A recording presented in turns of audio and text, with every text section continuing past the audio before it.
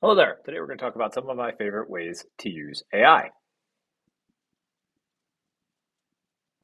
And so this isn't necessarily ways that I would look to implement AI as a business. This is really just ways that I, as an individual user, have found good value in using modern generative AI. So, first one that I'll mention is understanding concepts. So, historically, if I wanted to learn about something, I would Google it and then I would just go from page to page. These days, I find that I'm typically reaching out to a large language model like ChatGPT 4. If I, for example, building this light board, wanted to know how long the support pieces of wood should be based on the height of the structure being 40 inches. I asked ChatGPT that instead of asking it to Google. I asked it, things like what type of screw threads are the most common and what type of bolt and nut threads are most common in the US. And it gave a good answer. And I was able to sort of follow up with additional questions and ask for clarifications in a way that I just couldn't do in days past with a sort of one directional search like Google. So the first thing I'll mention is concept level information. I'll still certainly Google stuff like, a business's hours or an address or something like that, but I have fundamentally changed how I interact with information, and that often for learning oriented stuff, I will go to ChatGPT Plus or some other AI. The second thing I'll mention may not apply to everyone, but certainly applies to me.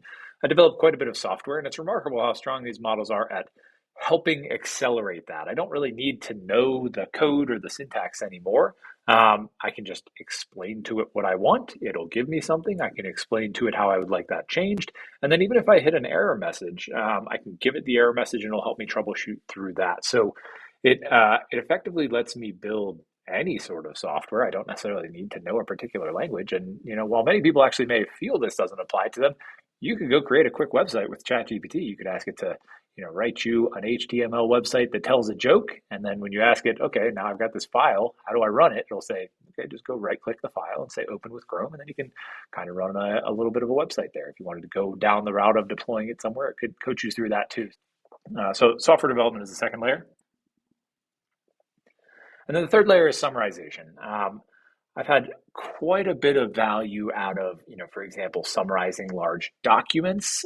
If I were to provide it a big document, I could then start my process with a few sentence summary, and then I read the whole document, and then I finish by reading the summary again. And it just helps me internalize and understand so much more about that document that, at a scale, it helps me save quite a bit of time. I'll also ask it often to summarize things that may be famous enough that they're just included in its training. For example, if I wanted to know about Tim Ferriss's 4 Hour Workweek book, I could ask it to summarize chapter by chapter what that book is about. And then I could go back and ask it to sort of drill down and add more detail to each chapter along the way. So, if I don't have 10 or 12 or 20 hours or whatever to set aside and read a particular book, I can get a lot of the information. It's, certainly not all of it. And there is value in reading the full book, of course, but you really do get a good dose and a good feel for the information and the key points in that book in 20 minutes instead of 15 hours or whatever. So summarization both of documents that I provided and of information that is more broad and general and perhaps included in its training. Hopefully I haven't gone off the edge there. So those are ways that, just scrolling back through my chat GPT history, I noticed and I observed that they just kept coming up. And the reason they keep coming up is that they keep adding value for me. So I hope that's valuable. Thanks for watching.